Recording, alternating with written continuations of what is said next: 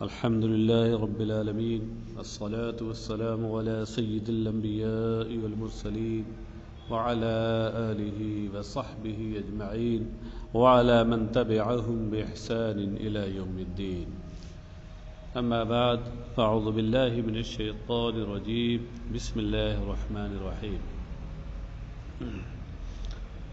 باب في فضائل أصحاب رسول الله صلی اللہ علیہ وسلم. یہ باب اللہ کے رسول صلی اللہ علیہ وسلم کے رفقاء یعنی صحابہ کرام کے فضیلتوں کے بارے میں ہے. صحابہ کرام میں سے مختلف صحابہ کی کچھ خصوصی فضیلتیں ہیں، ان کے بارے میں اس باب میں حدیثیں جمع کی گئی ہیں. سب سے پہلے سیدنا حضرت ابوبکر صدیق رضی اللہ تعالیٰ عنہ کی فضیلت میں حدیث ہے.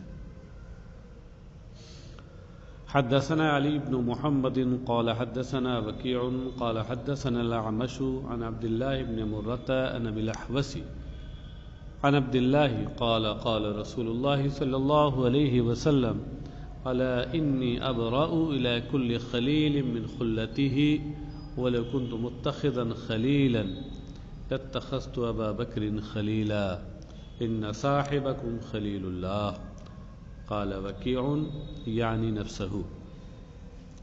امام ابن ماجہ اپنی سند کے ساتھ حضرت عبداللہ سے روایت کرتے ہیں. انہوں نے کہا کہ اللہ کے رسول صلی اللہ علیہ وسلم نے ارشاد فرمایا، سنو، یقیناً میں ہر دوست سے مستغنی اور بے پرواہ ہوں. ابرأ یعنی استغنی. ہر خلیل، ہر دوست سے میں مستغنی، ہر خلیل کی دوستی سے، ہر دوست کی دوستی سے میں مستغنی و بے پرواہ ہوں. خیال رہے کہ خلیل کا لفظ عربی زبان میں جو بولا جاتا ہے تو اس کا ایک معنی تو ہوتا ہے قلبی دوست، جگری دوست، یعنی وہ دوست کہ جس کی محبت دل کے نہان خانے میں جاگزی ہو، یعنی الصدیق الذی تخللت صداقته ومحبته خلال القلب وتدعو الى اطلاع المحبوب على سره. رازداں تو جگری دوست اور رازداں جو دلوں کے راز اسے بتائے. اور خلیل کا ایک معنی اور بھی آتا ہے کہ خلیل اس محبوب اور دوست کو کہتے ہیں کہ جس کی محبت کے سوا اور کسی کی محبت کے لیے دل میں گنجائش اور جگہ نہ ہو. تو یہاں یہ اگر دوسرا معنی لیں تو اور زیادہ واضح ہے، ویسے پہلا معنی بھی صحیح ہے. سنو، یقیناً میں ہر خلیل کی دوستی سے مستغنی و بے پرواہ ہوں، اور اگر میں کسی کو اپنا دوست بناتا، اس طرح کا دوست بناتا، تو یقیناً میں ابو بکر کو اپنا دوست بناتا. ویسے حقیقت یہ ہے کہ ان صاحبکم خلیل اللہ، کہ تمہارا یہ ساتھی، یعنی سرکار امام وکی نے فرمایا، اس سے سرکار نے اپنی ذات کو مراد لیا. یقیناً تمہارا یہ ساتھی اللہ کا خلیل ہے کہ اس کے دل میں اللہ کی محبت کے سوا حقیقت میں، حقیقی طور پر اور ذاتی طور پر اور اولی طور پر کسی اور کی محبت کے لیے جگہ نہیں. یہ ہے خلیل کا معنی. خلیل ایسا دوست کہ اس کی محبت کے سوا اور کسی کی محبت کے لیے دل میں جگہ اور گنجائش نہ. ایک تو معنی یہ ہے، اور دوسرا معنی خلیل کا وہی جو بھی بتایا میں نے کہ جس کی محبت دل کے نہان خانے میں اس طرح اتر جائے کہ وہ اپنے تمام راز و نیاز سے اسے واقف کر دے۔ تو اس معنی کر نبی اکرم صلی اللہ علیہ وسلم کا خلیل، نبی اکرم صلی اللہ علیہ وسلم یہ اللہ کے خلیل ہیں، اور دنیا میں کوئی اور آپ کا خلیل نہیں۔ حدثنا ابو بکر بن ابی شیبۃ وعلی بن محمد قال حدثنا ابو معاویۃ قال حدثنا الاعمش عن ابی صالح عن ابی ہریرۃ قال قال رسول اللہ صلی اللہ علیہ وسلم ما نفعنی مال قط ما نفعنی مال ابی بکر قال فبكى ابو بکر وقال یا رسول اللہ هل انا ومالی الا لك یا رسول اللہ۔ امام ابن ماجہ اپنی سند کے ساتھ حضرت ابو ہریرہ سے روایت کرتے ہیں کہ انہوں نے کہا کہ اللہ کے رسول صلی اللہ علیہ وسلم نے ارشاد فرمایا کہ کسی مال نے مجھے وہ نفع کبھی نہ پہنچایا جو ابو بکر کے مال نے مجھے فائدہ پہنچایا۔ ابو بکر کے مال نے جو مجھے زندگی میں فائدہ پہنچایا، خلق خدا میں سے کسی کے مال نے اتنا فائدہ مجھے نہ پہنچایا۔ تو اس سے حضرت ابو بکر کے ساتھ سرکار صلوات والسلام کا قلبی تعلق عیاں ہوتا ہے، اور وہ ان کی جانثاری اور فداکاری کے جذبے کی وجہ سے۔ قال فبکا ابو بکر، تو حضرت ابو ہریرہ کہتے ہیں یہ سن کر حضرت ابو بکر رو پڑے۔ وقال یا رسول اللہ هل انا ومالی الا لک یا رسول اللہ، انہوں نے کہا یا رسول اللہ میں اور میرا مال تو آپ ہی کی ملکیت ہے، آپ ہی کا ہے، تو اس میں یہ کیا کہہ رہے ہیں کہ ابو بکر کے مال نے مجھے جتنا فائدہ پہنچایا کسی کے مال نے نہیں پہنچایا؟ سرکار آپ ہی کا مال تھا، اور مال تو مال ہے، یہ مال والا یعنی میں خود آپ کی ملکیت ہوں، آپ کا مملوک ہوں، آپ کا غلام ہوں۔ یہ ان کی غائب درجہ محبت اور حد درجہ قلبی تعلق کا اظہار ہوتا ہے۔ لکا میں جو لام ہے لام برائے تملیک ہے۔ اس میں محدثین نے اگرچہ اس کی سند پر کلام کیا ہے، وہ یہ کہتے ہیں کہ امام اعمش تدلیس کرتے ہیں، اور اس کے راویوں میں سے ایک ابو ہریرہ ہیں، ایک ابو معاویہ ہیں، ان کا حال بھی یہی ہے کہ وہ مدلس ہیں، تدلیس کیا کرتے ہیں۔ مگر یہ ہے کہ اس حدیث میں انہوں نے تدلیس کا صیغہ استعمال نہیں کیا ہے، حدثنا کا کے صیغے کے ساتھ حدثنا ابو معاویہ، لہذا تدلیس کی جو عیب یہاں لگایا جاتا تھا وہ تو ختم ہو گیا۔ باقی اور جو رجال ہیں اس کے ثقہ ہیں۔ حدثنا هشام بن عمار قال حدثنا سفيان عن الحسن بن عمارة عن فراس عن الشعبي عن الحارث عن علي قال قال رسول الله صلى الله عليه وسلم ابو بكر وعمر سيدا كهول اهل الجنة من الاولين والآخرين الا النبيين والمرسلين لا تخبرهما يا علي ما دام حيين۔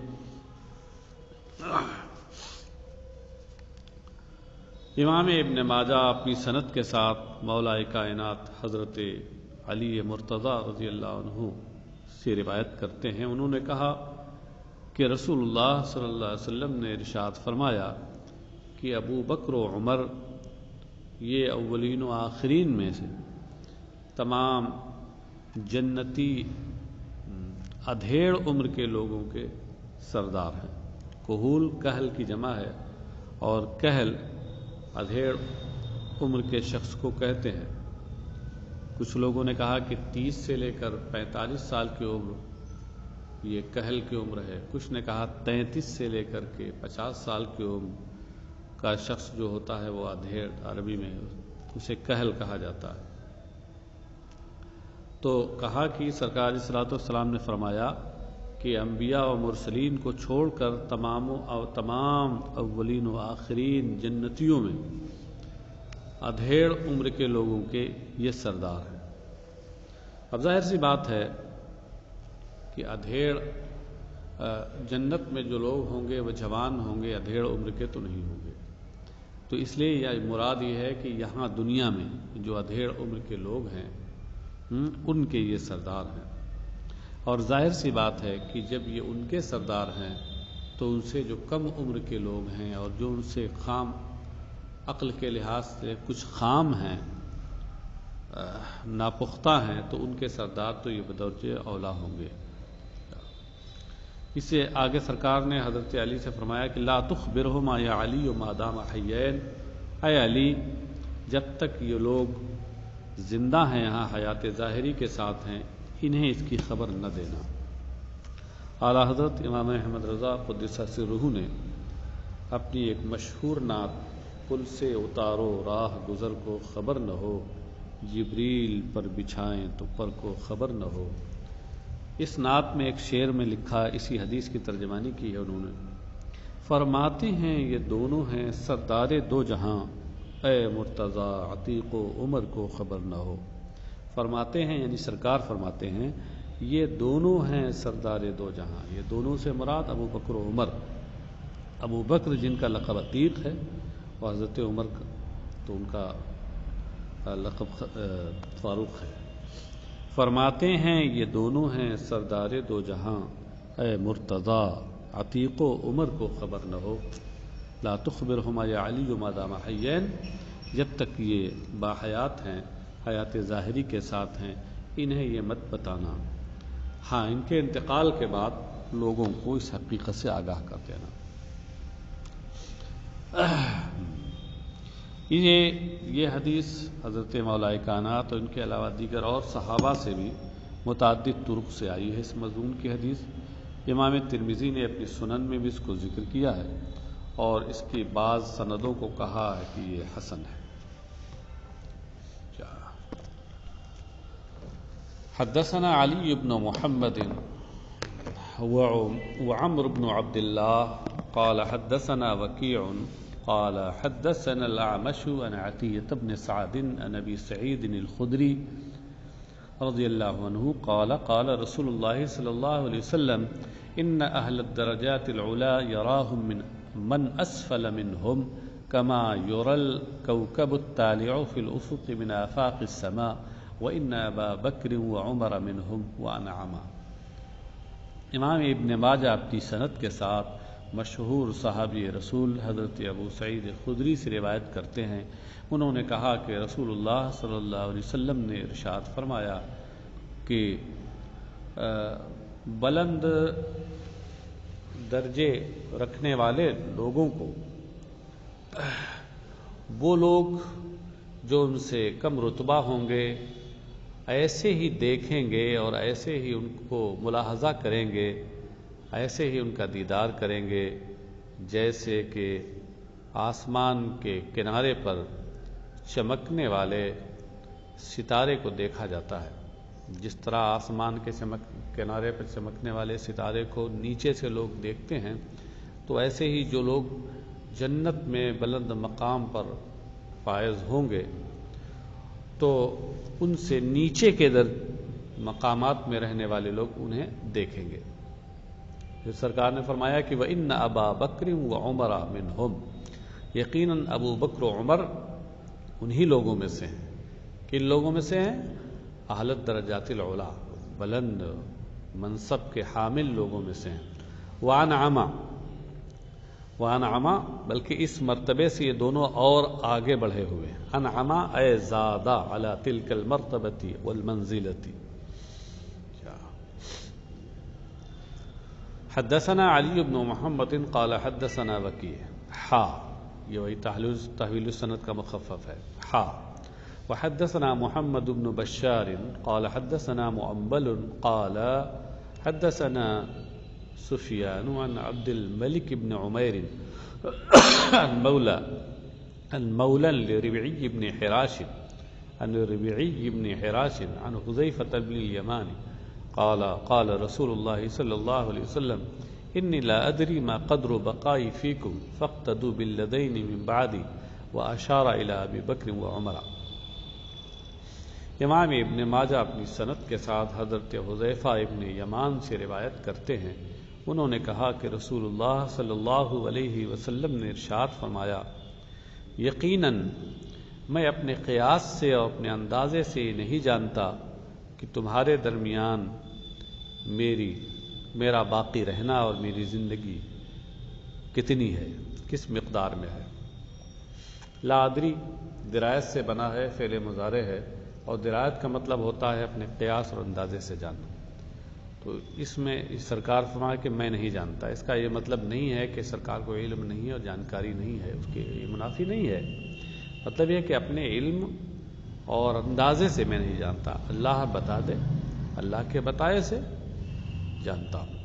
فاقتدوا بالذین من بعدی، تو تم ان دونوں کی پیروی کرنا جو میرے بعد ہوں گے۔ اور راوی کہتے ہیں کہ اس سے اشارہ حضرت ابو بکر و عمر کی جانب کیا سرکار نے۔ تو یہ بہت بڑی فضیلت کی بات ہے کہ سرکار علیہ السلام نے اپنی زندگی ہی میں ابو بکر و عمر کی خلافت اور جانشینی کی جانب اشارہ فرما دیا تھا۔ حدثنا علی بن محمد قال حدثنا يحيى بن آدم قال حدثنا ابن المبارك عن عمر بن سعيد بن أبي حسين عن ابن أبي مليكة قال سمعت ابن عباس يقول لما وضع عمر على سريره اكتنفه الناس يدعون ويصلون أو قال يثنون ويصلون عليه قبل أن يرفع وأنا فيهم فلم يرعني إلا رجل قد زحمني وأخذ بمنكبي فالتفت فإذا علي بن أبي طالب فترحم على عمر ثم قال ما خلفت أحدا أحب إلي أن ألقى الله بمثل عمله منكم وأيم الله إن كنت لأظن ليجعلنك الله عز وجل مع صاحبيك وذلك أني كنت أكثر أن أسمع رسول الله صلى الله عليه وسلم يقول ذهبت أنا وأبو بكر وعمر ودخلت أنا وأبو بكر وعمر وخرجت أنا وأبو بكر وعمر فكنت أظن ليجعلنك الله مع صاحبيك۔ امام ابن ماجہ اپنی سند کے ساتھ حضرت ابن ابی ملیکہ سے روایت کرتے ہیں، انہوں نے کہا کہ میں نے حضرت عبداللہ ابن عباس کو یہ فرماتے ہوئے سنا کہ جب حضرت عمر رضی اللہ تعالیٰ عنہ کو چارپائی پہ رکھا گیا، یعنی شہادت کے بعد جب انہیں غسل دے کر کے اور چارپائی پہ رکھا گیا، اکتنفہ الناس یدعون، تو لوگوں نے انہیں گھیر لیا، ہر طرف سے لوگ صحابہ کرام اور دیگر لوگ آ گئے، یدعون و یصلون۔ اب راوی کو یہاں شک ہے کہ یدعون و یصلون کہا انہوں نے یا یہ کہا یسنون و یصلون، یعنی یدعون کے بجائے یسنون، مطلب دونوں کا ایک ہی ہے۔ تو لوگوں نے انہیں ہر طرف سے گھیر لیا، ان کی تعریف کرتے ہوئے اور ان کے لیے دعائے خیر کرتے ہوئے، قبل ان یرفع، ابھی جنازے کے اٹھائے جانے سے پہلے، جب ان کو اس تخت پر رکھا گیا، جنازے کے تخت پر، تو لوگوں نے گھیر لیا اور لوگ ان کے مدح و ستائش کر رہے تھے اور ان کے حق میں دعائے خیر کر رہے تھے۔ وَأَنَا فِيهِمْ، حضرت عبداللہ ابن عباس رضی اللہ عنہما کہتے ہیں اور میں بھی انہی لوگوں میں سے تھا۔ فَلَمْ يَرُعْنِي إِلَّا رَجُلٌ قَدْ زَحَمَنِي وَأَخَذَ بِمَنْكِبِي، تو مجھے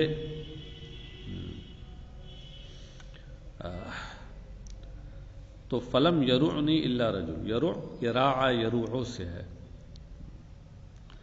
راع یروع اس کا معنی ہوتا ہے خوف زدہ کرنا اور دہشت میں مبتلا کرنا۔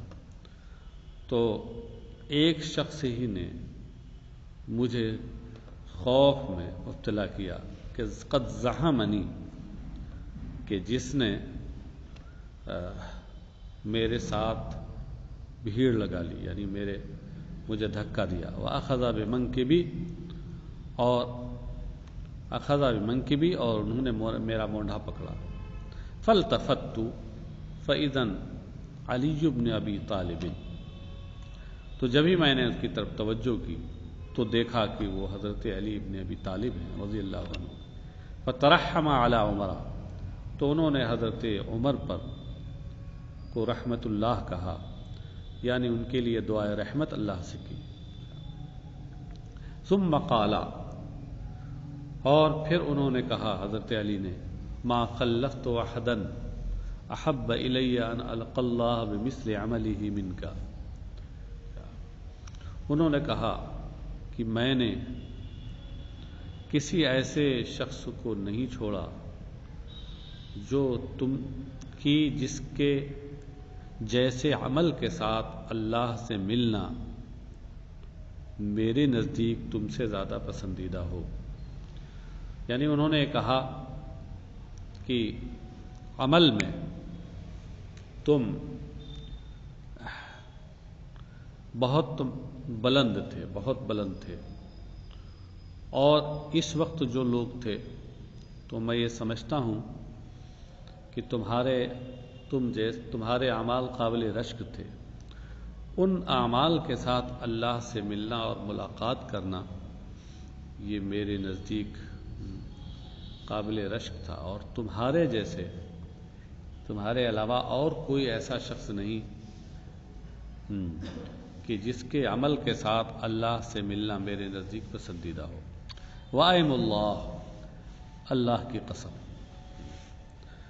ان كنت لأظن ليجعلنك الله عز وجل مع صاحبيك، بخدا یقیناً میں گمان کرتا تھا، ان کنتو، یہ ان مخففہ من المثقلہ ہے، اصل میں ہے انہو کنت اظن، یقیناً میرا گمان یہ تھا، گمان غالب یہ تھا کہ اللہ تبارک و تعالی، اللہ عز و جل تمہارے دونوں ساتھیوں کے ساتھ تمہیں رکھے گا۔ دونوں ساتھیوں سے مراد ہے رسول اکرم صلی اللہ تعالی علیہ وسلم اور حضرت ابوبکر صدیق۔ وذلك انی کنت اکثر ان اسمع رسول اللہ صلی اللہ علیہ وسلم یقول، اور یہ اس وجہ سے ہے کہ میں زیادہ تر اور بیشتر یہ رسول اکرم صلی اللہ علیہ وسلم کو فرماتے ہوئے سنتا تھا کہ ذہبت انا و ابو بکر و عمر، کہ میں گیا اور ابو بکر و عمر، ودخلت انا و ابو بکر و عمر، میں اندر داخل ہوا اور ابو بکر و عمر، خرجت انا و ابو بکر و عمر، میں باہر نکلا اور ابو بکر و عمر۔ یعنی سرکار علیہ الصلوۃ والسلام کو اکثر میں دیکھتا تھا کہ بہت سے اعمال و افعال میں وہ اپنے ساتھ ابو بکر کو اور عمر کو ملاتے تھے، تو اس سے میرا گمان یہ تھا کہ اللہ تبارک و تعالی تمہیں ضرور اپنے ان دونوں بلند مرتبہ رفقا کے ساتھ رکھے گا، سرکار کے ساتھ اور ان کے خلیفہ اول، جانشین اول حضرت ابوبکر صدیق کے ساتھ۔ فَكُنْتُ أَظُنُّ لَيَجْعَلَنَّكَ اللَّهُ مَعَ صَاحِبَيْكَ، تو میرا گمان یہی تھا یقیناً اللہ تبارک و تعالی ضرور تمہیں اپنے دونوں رفقا کے ساتھ رکھے گا، اور وہی ہوا۔ بہرحال یہ بہت بڑی بات ہے کہ سرکار علیہ الصلوۃ والسلام اپنے عمل کے ساتھ بہت سے مقام پر ابو بکر صدیق کے ساتھ حضرت فاروق اعظم کو بھی ملائیں۔ حدثنا علی بن میمون الرقی قال حدثنا سعید بن المسلمہ عن اسماعیل بن امیہ عن نافع عن ابن عمر قال خرج رسول اللہ صلی اللہ علیہ وسلم بین ابی بکر و عمر فقال هكذا نبعث۔ حضرت عبداللہ ابن عمر رضی اللہ عنہما سے روایت ہے، انہوں نے کہا کہ رسول اکرم صلی اللہ تعالی علیہ وسلم حضرت ابو بکر اور عمر کے درمیان باہر تشریف لائے، اپنے حجرے سے اس طرح تشریف لائے کہ ایک طرف حضرت ابو بکر تھے اور ایک دوسری طرف حضرت عمر فاروق تھے۔ فقال هكذا نبعث، تو سرکار نے فرمایا کہ قیامت میں ایسے ہی ہم لوگوں کو اٹھایا جائے گا، یعنی اس طرح اٹھایا جائے گا قیامت میں ہماری قبروں سے کہ ایک طرف ابو بکر ہوں گے اور ایک طرف ہمارے عمر فاروق ہوں گے۔ حدثنا ابو شعیب بن صالح بن الحیثم الواسطی قال حدثنا عبد القدوس بن بکر بن خنیس قال حدثنا مالک بن مغول عن عون بن ابی جحیفۃ عن ابیہ قال قال رسول اللہ صلی اللہ علیہ وسلم ابو بکر و عمر و سیدہ کہول اہل الجنہ من الاولین والآخرین الا النبیین والمرسلین۔ امام ابن ماجہ اپنی سند کے ساتھ حضرت عون ابن ابی جحیفہ سے روایت کرتے ہیں، اور عون یہ اپنے والد ابو جحیفہ سے راوی ہیں کہ سرکار نے فرمایا، اور یہ مضمون اس سے پہلے ایک حدیث میں حضرت مولا کائنات کے قول میں گزر چکا ہے کہ ابو بکر و عمر سیدہ کہور اہل الجنہ من الاولین والآخرین الا النبیین والمرسلین لا تخبرہما یا علی ما دام حیین. یہ مضمون گزر چکا، وہاں تشریح بھی گزر چکی. حدثنا احمد بن عبدة والحسين بن الحسن المروزي قال حدثنا المعتمر بن سليمان عن حميد عن انس قال قيل يا رسول الله اي الناس احب اليك قال عائشة قيل من الرجال قال ابوها. امام ابن ماجہ اپنی سند کے ساتھ حضرت انس رضی اللہ عنہ سے روایت کرتے ہیں. سند میں الحسین ابن حسن المروزی آیا ہے. مروزی یہ مرو کی طرف نسبت ہے، جیسے رازی رے کی طرف نسبت ہے. انہوں نے کہا کہ قیل یا رسول اللہ، عرض کیا گیا یا رسول اللہ ای الناس احب الیک، لوگوں میں کون آپ کے نزدیک سب سے زیادہ محبوب ہے؟ قال عائشہ، تو سرکار نے فرمایا کہ عائشہ مجھے سب سے زیادہ محبوب ہے. قیل من الرجال، تو عرض کیا گیا کہ اور مردوں میں کون؟ یہ تو عورتوں میں، مردوں میں کون؟ قال ابوہا، کہا ان کے والد، عائشہ کے والد یعنی ابو بکر. تو یہ محبت مختلف وجہوں سے ہوتی ہے، اور آپ اس لیے حدیث میں دیکھیں گے کہ سرکار نے بعض حدیث میں کسی کو زیادہ محبوب کہا ہے، بعض میں کسی کو زیادہ پیارا کہا ہے. محبت کے الگ الگ اسباب ہوتے ہیں.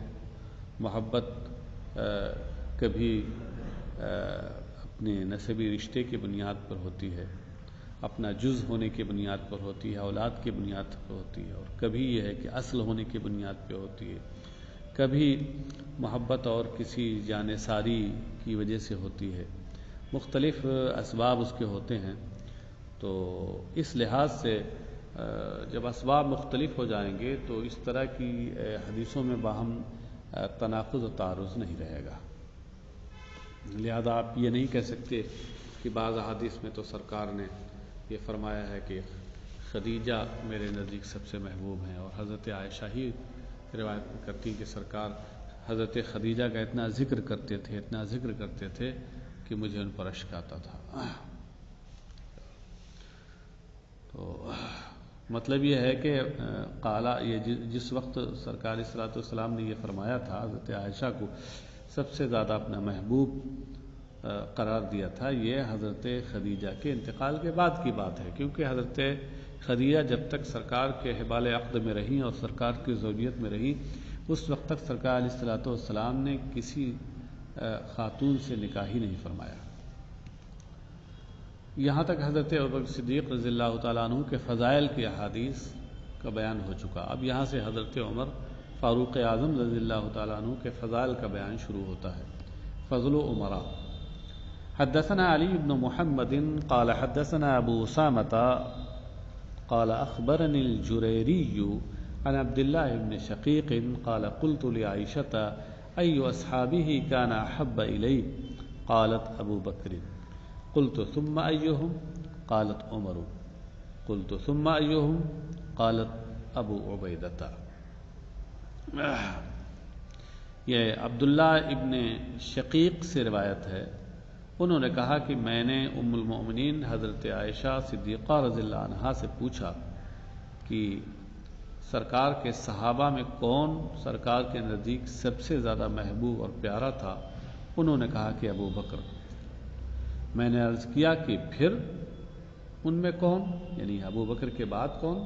قالت عمر، تو کہا کہ حضرت عمر. قلت ثم ایہم، پھر وہ کہتے ہیں کہ پھر میں نے عرض کیا کہ پھر کون؟ قالت ابو عبیدہ. تو حضرت ام المومنین نے فرمایا کہ ابو عبیدہ بن جراح. تو اس کا بھی مطلب وہی اسی روشنی میں سمجھ لیجیے جس سے پہلے میں نے بتایا ہے کہ محبت کے مختلف اسباب ہوتے ہیں، مختلف ناحیے ہوتے ہیں. تو یہ حضرت ابو عبیدہ کا نام یہاں اس لیے آیا ہے کہ ان کی وجہ سے دین اسلام اور کو بڑی تقویت حاصل ہوئی اور ان کے ذریعے سے اسلامی فتوحات کا دائرہ بڑا وسیع ہوا، دین کو بڑی سرخروئی اور غلبہ حاصل ہوا۔ اس لیے سرکار جو دین کے علمبردار اور پیغمبر اسلام تھے، ظاہر سی بات ہے وہ کیوں کر اس کو نظر انداز کر سکتے تھے، اس لیے وہ ابو عبیدہ بن جراح سے بہت محبت فرماتے تھے۔ حدثنا اسماعیل بن محمد الطلحی قال حدثنا عبداللہ بن خراش الحوشبی عن العوام بن حوشب عن مجاہد عن ابن عباس قال لما اسلم عمر نزل جبرائیل فقال یا محمد لقد استبشر اہل السماء باسلام عمر۔ حضرت عبداللہ ابن عباس رضی اللہ عنہما سے روایت ہے، انہوں نے کہا کہ جب حضرت عمر اسلام لے آئے تو حضرت جبریل تشریف لائے اور انہوں نے کہا اے محمد، یقیناً عمر کے مسلمان ہونے پر آسمان والوں نے ایک دوسرے سے خوشی کا اظہار کیا یا ایک دوسرے کو بشارت و خوشخبری دی۔ ناقدین حدیث نے اس حدیث کی سند کے بارے میں کہا ہے کہ یہ سند اس میں ضعف ہے، کیونکہ اس کے راویوں میں ایک عبداللہ ابن خراش ہیں جو ضعیف ہیں، لیکن یہ ہے کہ امام ابن حبان نے کتاب الثقات میں ان کو ذکر کیا ہے اور صحیح ابن حبان میں ان کی سند سے ان کی حدیث کو روایت کیا ہے، اس لیے کوئی بہت زیادہ ضعف اس میں نہیں ہے۔ حدثنا اسماعیل بن محمد الطلحی انبأنا داؤد بن عطاء البدینی عن صالح بن کیسان عن ابن شہاب عن سعید بن المسیب عن ابی بن کعب قال قال رسول اللہ صلی اللہ علیہ وسلم اول من یصافح الحق عمر واول من یسلم علیہ واول من یأخذ بیدہ فیدخلہ الجنہ۔ امام ابن ماجہ اپنی سند کے ساتھ حضرت ابی بن کعب سے روایت کرتے ہیں، انہوں نے کہا کہ رسول اللہ صلی اللہ علیہ وسلم نے ارشاد فرمایا کہ اللہ تبارک و تعالی حق تعالی سب سے پہلے جس سے مصافحہ کرے گا وہ عمر ہوں گے، اور سب سے پہلے جنہیں سلام کرے گا اور سب سے پہلے جن کا ہاتھ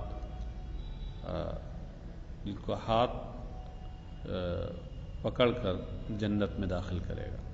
مطلب یہاں کیا ہے؟ سب سے پہلے تو یہ سنیے کہ یہ ناقدین نے اس حدیث کی سند پر سخت جرح کی ہے اور کہا ہے کہ اس میں داؤد ابن عطا مدینی نام کے ایک راوی ہیں کہ جو تمام محدثین کے نزدیک ضعیف ہیں۔ امام سیوطی نے حافظ ابن کثیر کے حوالے سے لکھا ہے کہ یہ حدیث منکر ہے اور حد درجہ منکر ہے، اور بلکہ یہاں تک لکھا ہے کہ وما ہوا ابعد من ان یکون موضوعا، بعید نہیں کہ یہ موضوع ہو، یعنی یہ موضوع کے قریب ہے یہ حدیث۔ تو سند کے اعتبار سے یہ انتہائی ضعیف اور کمزور موضوع کے قریب ہے، اس لیے بہت زیادہ قابل اعتماد نہیں۔ پھر بھی اگر سند صحیح ہو تو بر تقدیر صحت سند یہ تعویل کی جا سکتی ہے کہ مصافحہ کرنے سے مراد ہے اللہ کے خصوصی فرشتوں کا مصافحہ، کیونکہ اللہ تو مصافحے سے پاک ہے، مطلب یہ ہے کہ اللہ تبارک و تعالی کے خصوصی مقرر کردہ فرشتے جس سے سب سے پہلے مصافحہ کریں گے وہ عمر ہوں گے، اور جنہیں سب سے پہلے سلام کریں گے وہ عمر ہوں گے، اور جن کا ہاتھ پکڑ کر کے وہ جنت میں داخل کریں گے وہ عمر ہوں گے۔ یہ تعویل کی جا سکتی ہے۔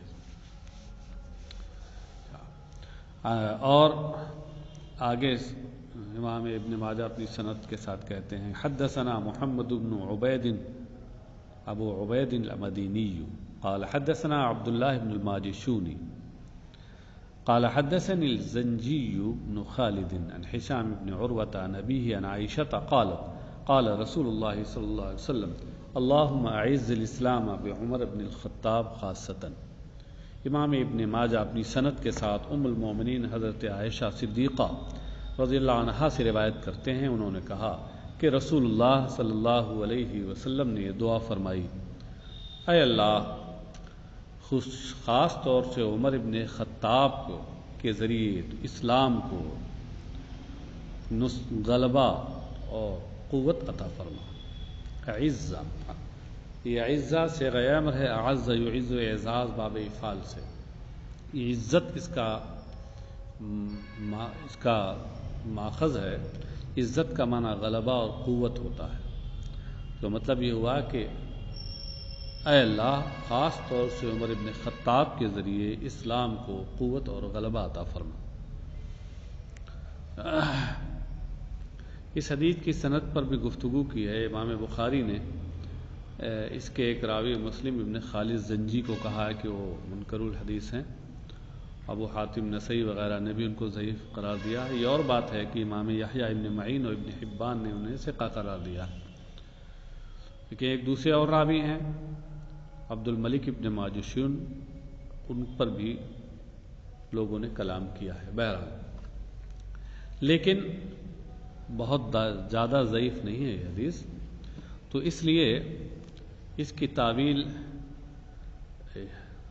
ہمارے علماء نے یہ کی ہے کہ جو مشہور حدیث میں آیا ہے کہ سرکار علیہ الصلاۃ والسلام یہ دعا فرمایا کرتے تھے: اللہم اعز الاسلام بعمر ابن خطاب اور بابی جہل ابن ابی ہشام، کہ اللہ ابو جہل ابن ہشام کے ذریعے یا عمر ابن خطاب کے ذریعے تو دین اسلام کو قوت اور غلبہ عطا فرما۔ تو اس میں صرف خاص حضرت عمر ابن خطاب کے توسط کا ذکر ہے، دونوں میں در حقیقت کوئی تعارض نہیں ہے۔ حقیقت یہ ہے کہ پہلے نبی اکرم صلی اللہ تعالی وسلم دونوں کا ذکر کرتے تھے کہ ان میں سے کسی ایک کو اسلام کی دولت سے مالا مال فرما اور ان کی ظاہری شوکت کے ذریعے سے، تاکہ اسلام کو غلبہ اور قوت عطا ہو جائے۔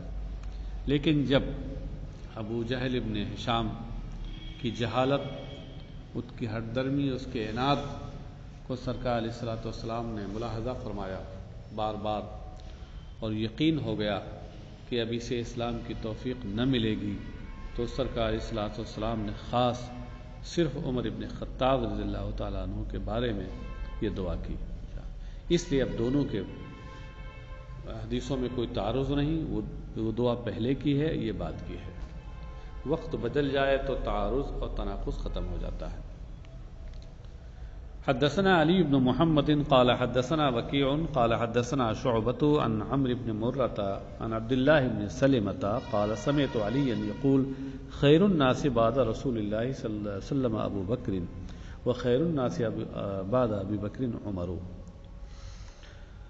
امام ابن ماجہ اپنی سند کے ساتھ حضرت عبداللہ ابن سلمہ سے روایت کرتے ہیں، تابعی ہیں یہ، انہوں نے کہا کہ میں نے حضرت علی رضی اللہ تعالیٰ عنہ کو یہ فرماتے ہوئے سنا کہ رسول اللہ صلی اللہ علیہ وسلم کے بعد سارے لوگوں میں سب سے افضل و بہتر ابو بکر ہیں، اور ابو بکر کے بعد لوگوں میں سب سے افضل و بہتر عمر ہیں۔ حدثنا محمد بن الحارث المصری قال انبأنا الليث بن سعد قال حدثني عقيل عن ابن شهاب قال اخبرني سعيد بن المسيب ان ابا هريرة قال كنا جلوسا عند النبي صلى الله عليه وسلم قال بين انا نائم ورأيتني في الجنة فإذا انا بامرأة تتوضأ الى جنب قصر فقلت لمن هذا القصر فقالت لعمر فذكرت غيرته فوليت مدبرا قال ابو هريرة فبكى عمر فقال اعليك بأبي وأمي يا رسول الله غار۔ امام ابن ماجہ اپنی سند کے ساتھ حضرت ابن شہاب زہری سے روایت کرتے ہیں۔ ابن شہاب زہری کہتے ہیں کہ مجھے سعید ابن مسیب نے مجھے خبر دی کہ حضرت ابو ہریرہ نے فرمایا۔ سعید ابن مسیب یہ حضرت ابو ہریرہ کے داماد تھے اور ان کی حدیثوں کو روایت کرنے والوں میں سب سے زیادہ مستحکم مضبوط راوی تھے، اور فقہائے سبعہ میں ان کا شمار ہوتا ہے۔ مدینہ طیبہ کے جو تابعین میں فقہائے سبعہ تھے ان میں حضرت سعید بن مسیب بھی ہیں۔ تو حضرت ابو ہریرہ نے کہا کہ ہم لوگ نبی اکرم صلی اللہ علیہ وسلم کے پاس بیٹھے ہوئے تھے کہ سرکار نے ارشاد فرمایا کہ میں سو رہا تھا کہ میں نے خواب میں دیکھا کہ میں جنت میں ہوں، اور جب ہی میں نے ایک خاتون کو دیکھا کہ جو ایک محل کے پہلو میں وضو کر رہی ہے، تو میں نے اس سے کہا لمن ھذا القصر، یہ محل کس کا ہے؟ فقالت لعمرہ، تو اس خاتون نے کہا کہ یہ عمر کا محل ہے۔ کہتے ہیں سرکار فرماتے ہیں فذکرت غیرتہ، تو میں نے حضرت عمر کی غیرت مندی کو یاد کیا کہ عمر بڑے غیرت مند ہیں، بڑے غیور ہیں، تو ان کے غیور ہونے کو اور ان کی غیرت مندی کو میں نے یاد کیا۔ فولیت مدبرا، تو میں الٹے پاؤں پلٹ آیا، اندر نہیں گیا۔ قال ابو ہریرہ، حضرت ابو ہریرہ جو راوی اس حدیث کے ہیں وہ کہتے ہیں کہ فبکا عمر، یہ سننے کے بعد حضرت عمر رو پڑے اور عرض کیا انہوں نے اعلیک بابی و امی یا رسول اللہ اغارو، یہ علیکہ کا تعلق اغارو سے ہے، یعنی یا رسول اللہ بے ابی و امی، بے ابی و امی میں بائے تفدیہ ہے، یعنی انت مفدی بے ابی و امی، یا رسول اللہ آپ پر میرے ماں باپ قربان ہوں، کیا میں آپ کے خلاف غیرت کروں گا، غیرت مندی کا اظہار کروں گا؟ سرکار میں تو آپ کا خادم ہوں، آپ کا مملوک ہوں، میں آپ کے سامنے اس اپنے غیور ہونے کا اظہار کروں گا؟ بہرحال یہ ان کی محبت تھی، اور سرکار علیہ الصلوۃ والسلام نے جو ان کی غیرت کا ذکر کیا، اس سے سمجھ میں آتا ہے کہ حضرت عمر رضی اللہ تعالیٰ عنہ غیرت مندی کے معاملے میں، غیور ہونے کے معاملے میں درجہ کمال پر پہنچے ہوئے تھے، یہاں تک کہ رسول اکرم صلی اللہ تعالیٰ وسلم بھی اس سلسلے میں ان کا پاس و لحاظ فرماتے تھے۔ اس سے ان کے مرتبے کی بلندی ظاہر ہوتی۔ حدثنا ابو سلمة يحيى بن خلف قال حدثنا عبد العالى عن محمد بن اسحاق عن مكحول عن غضيف بن الحارث عن ابي ذر قال سمعت رسول الله صلى الله عليه وسلم يقول ان الله وضع الحق على لسان عمر يقول به۔ امام ابن ماجہ اپنی سند کے ساتھ حضرت ابو ذر سے روایت کرتے ہیں، انہوں نے کہا کہ میں نے رسول اللہ صلی اللہ تعالی وسلم کو یہ فرماتے ہوئے سنا، یقیناً اللہ تبارک و تعالی نے حضرت عمر کی زبان پر حق رکھ دیا ہے، یقول بھی وہ حق بات کہتے ہیں، یعنی اللہ تبارک و تعالی نے حضرت عمر کی زبان سے ناحق چیز کو ختم فرما دیا ہے، حق رکھ دیا، وہ حق بات ہی بولتے ہیں۔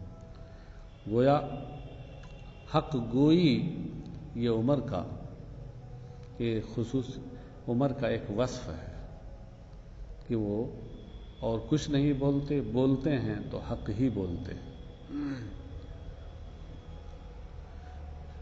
وصلی اللہ تعالی علی خیر خلقہ سیدنا مولانا محمد وعلی آلہ وصحبہ اجمعین برحمتک یا ارحم الراحمین۔